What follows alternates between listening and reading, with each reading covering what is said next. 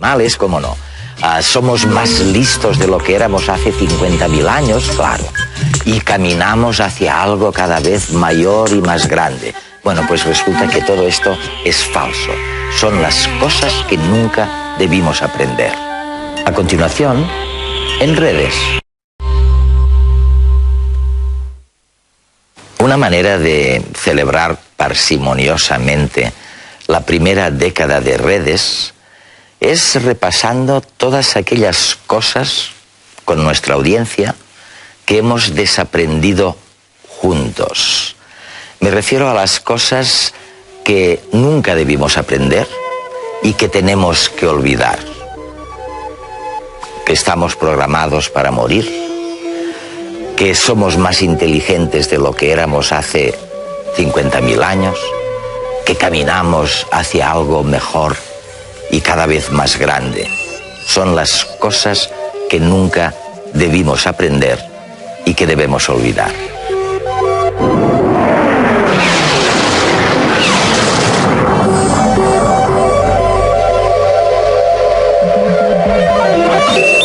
La forma en que entendemos la naturaleza humana, tal vez sea esta una de las primeras lecciones que debamos desaprender. 3 décadas de progreso en neurociencia, biología evolutiva y psicología cognitiva nos dan las herramientas para hacerlo. La convergencia de estas 3 disciplinas proporciona una nueva forma de entender la psicología. Una nueva forma de analizar el cerebro, la mente y el comportamiento que está cambiando la manera en la que los científicos abordan cuestiones de siempre y plantean nuevas preguntas. Hablamos de psicología evolucionista.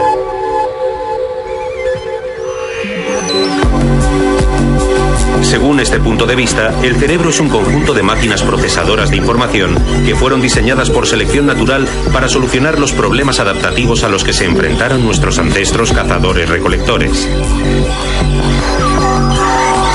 Esta colección de maquinaria computacional es la base de nuestras aptitudes naturales, nuestra habilidad para ver, para hablar, para enamorarnos, para temer las enfermedades, para orientarnos, entre otros muchos instintos que solemos obviar o asociar a conceptos como la razón o la cultura.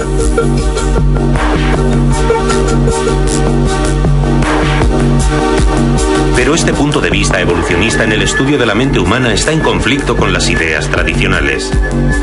Antes y después de Darwin, la corriente principal que domina las ciencias sociales es bien diferente. Todo el contenido de la mente humana proviene de fuera, del entorno, de la sociedad. Nuestro cerebro simplemente nos permite aprender, imitar, adquirir cultura. Nuestra mente es una pizarra en blanco donde la experiencia va dibujando lentamente todo su significado. Steven Pinker, profesor de psicología en la Universidad de Harvard, desarrolla en su libro La tabla rasa todos estos conceptos evolucionistas para intentar encontrar el origen biológico de la naturaleza humana. Y no menos importante, para intentar saber por qué históricamente esta visión ha sido tildada de cínica y negada.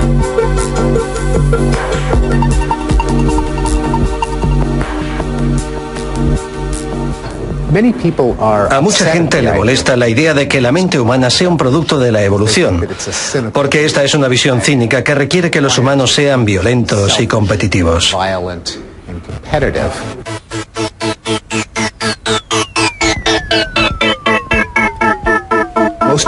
La mayoría de biólogos evolucionistas creen que, por ejemplo, la capacidad de altruismo surgió por evolución en los seres humanos, porque si 2 personas se hacen favores, entre ellos obtienen mejores resultados que si cada uno es egoísta.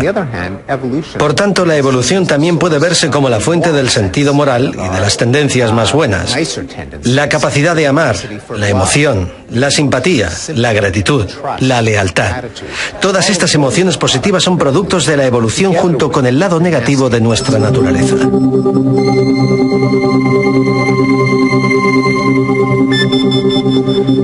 Se trata de concebir nuestra mente y no solo nuestro cuerpo como producto de la evolución. Pero, ¿qué es en realidad la evolución? El conjunto de cambios que se producen a consecuencia de la selección natural. La selección de aquellos genes que proporcionan un comportamiento más adecuado al entorno en el que se vive. La interacción genes-entorno es, por tanto, la clave y también el centro de un debate importante. Imaginemos un jugador ante un videojuego. El jugador responderá a las exigencias del juego y depende de lo que éste requiera, se convertirá en un jugador más táctico o más agresivo. Pero, ¿hasta qué punto se convertirá o hasta qué punto echará mano de unas habilidades tácticas o agresivas que ya tenía? Este es el debate que surge. Genes versus entorno. ¿Qué determina en mayor grado nuestra naturaleza? ¿Qué es más importante, los genes o el entorno? Esta no es una pregunta muy relevante porque si no fuera porque los genes nos proporcionan un cierto tipo de cerebro, el entorno no tendría ningún efecto interesante. Un gato y un niño pueden crecer en el mismo entorno y sin embargo se desarrollan de forma diferente. ¿Por qué? Porque el gato tiene unos genes que lo hacen responder a unas partes del entorno diferentes de aquellas a las que responde un niño. Los seres humanos no son como los juguetes mecánicos que están en el mundo sin procesar ningún tipo de información. Lo que los genes nos proporcionan es la capacidad de reaccionar de forma inteligente a nuestro entorno en formas particulares.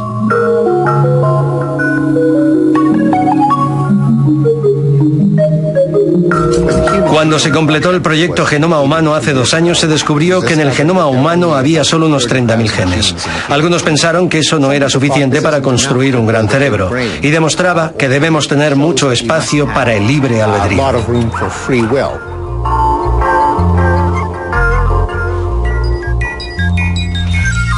Esta supuesta falta de material genético alimenta lo que se ha llamado el mito del fantasma en la máquina.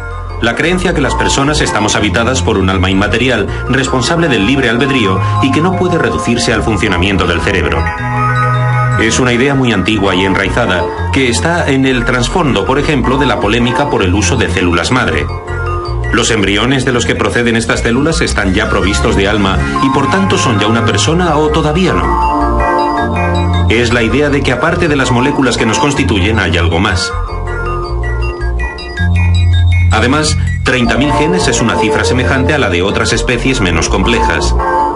Parece una prueba de que el principal escultor de la naturaleza humana es el entorno porque simplemente no hay genes suficientes para construir algo tan complejo como nuestra mente.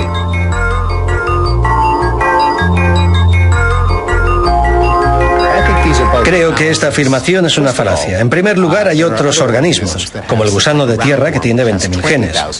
Y no nos gustaría pensar que este pequeño gusano tiene más libre albedrío que nosotros. Lo importante es cómo se expresan los genes, el algoritmo, la receta particular por la que los genes construyen estructuras biológicas de unas determinadas maneras en unos determinados momentos del desarrollo embrionario. Lo que ocurre es que a la gente le gusta pensar que todos nosotros tenemos un cuerpo que incluye un cerebro y también tenemos una mente o un alma, y que esa mente de alguna manera controla el cerebro, de la misma manera que un usuario controla un ordenador.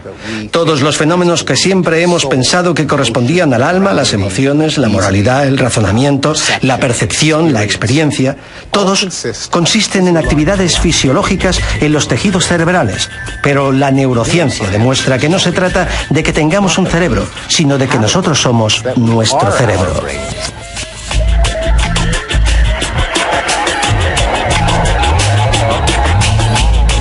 ¿Y desde cuándo tenemos este magnífico cerebro? ¿Es comparable con el que teníamos en la Edad de Piedra? Hay argumentos para suponer que sí. Hemos andado por este planeta 1000 veces más tiempo como cazadores-recolectores que como miembros de civilizaciones avanzadas. El mundo actual es solo un parpadeo si lo comparamos con toda nuestra historia evolutiva. Los niños, por ejemplo, todavía tienen un miedo innato a las serpientes, una emoción muy útil si vives en contacto permanente con la naturaleza. Pero no tienen esta reacción ante los enchufes que ahora representan un peligro mucho más cotidiano. Sin embargo, cuando miramos un documental sobre cazadores-recolectores, no nos identificamos con ellos. Persiste esa idea victoriana de los primeros colonizadores que nos encontramos frente a hombres y mujeres con una inteligencia más infantil, menos evolucionada. Y que la ciencia, la filosofía y el arte deben materializarse en habilidades mentales mucho más sofisticadas que las de las sociedades tribales.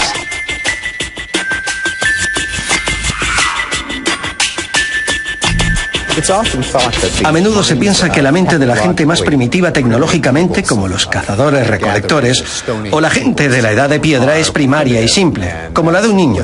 Pero en realidad la mente humana de cualquier época y cultura es muy sofisticada. Es evidente que nosotros tenemos ordenadores, coches, lenguaje escrito y matemáticas. Pero personas de todas las culturas pueden leer las emociones de otras personas y los pensamientos, que es algo que los ordenadores todavía no pueden hacer. Y también pueden reconocer caras, pueden extraer veneno de animales y de plantas. Está claro que hay diferencias entre las sociedades tecnológicamente avanzadas y la de los cazadores-recolectores, pero probablemente las habilidades mentales son las mismas en todas las culturas.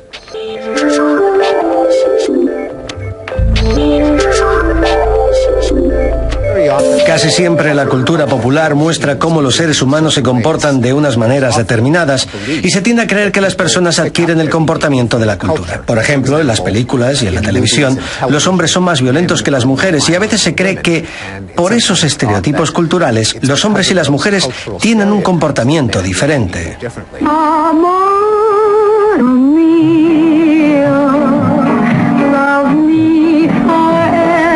Pero, por supuesto, puede que suceda al revés.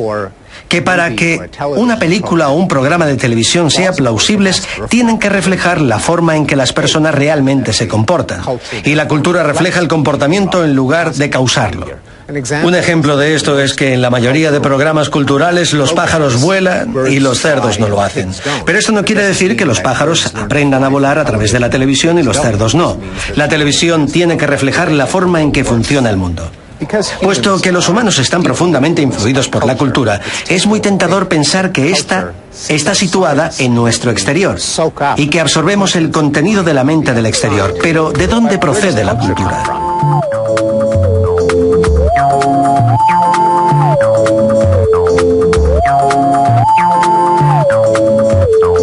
Es fácil caer en la trampa de pensar que si algo es producto de la evolución, debe presentarse desde el momento del nacimiento. Y si no, es que es algo aprendido, algo externo a nuestra naturaleza.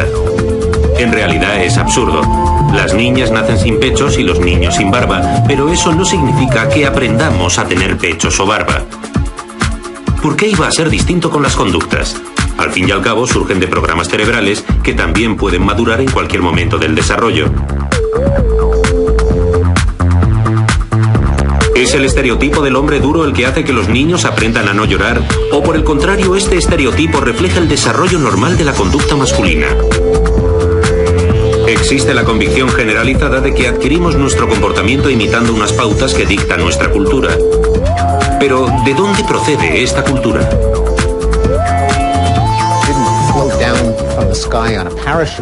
La cultura no ha descendido del cielo con un paracaídas, ni ha venido de Marte. La cultura es el producto de la mente humana. Las personas tienen que inventar palabras y construcciones gramaticales para que existan las lenguas. Hay que inventar formas artísticas. Y para adquirir la cultura, la gente, que no es como fotocopiadoras o grabadoras de vídeo, tiene que interpretar constantemente lo que otros hacen cuando están hablando o creando arte, o cuando están dando ejemplo.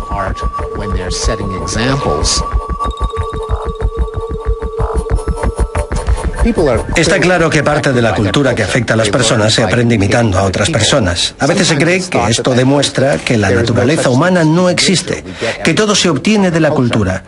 Pero pensemos en cómo funciona la imitación.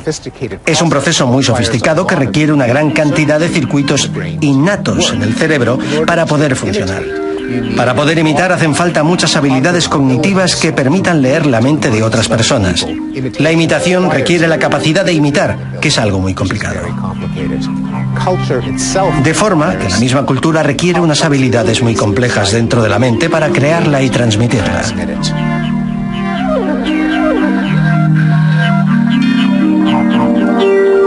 ¿Cuántas veces habremos usado el concepto instinto primitivo de forma peyorativa? ¿Cuántas veces habremos asociado los instintos exclusivamente al sexo, la violencia, la alimentación? Aunque a veces decimos que un músico compone una melodía de forma instintiva, y eso nos parece bonito, los instintos nos resultan primarios mientras el aprendizaje es superior. Nos gusta pensar que nosotros, Homo sapiens, seres racionales, podemos obviar nuestros instintos. Lo hacemos gracias a la razón, a la cultura. Los animales, sin embargo, están atados a sus instintos, por eso somos más inteligentes. Creemos que ellos tienen más instintos mientras nosotros tenemos el aprendizaje. Eso nos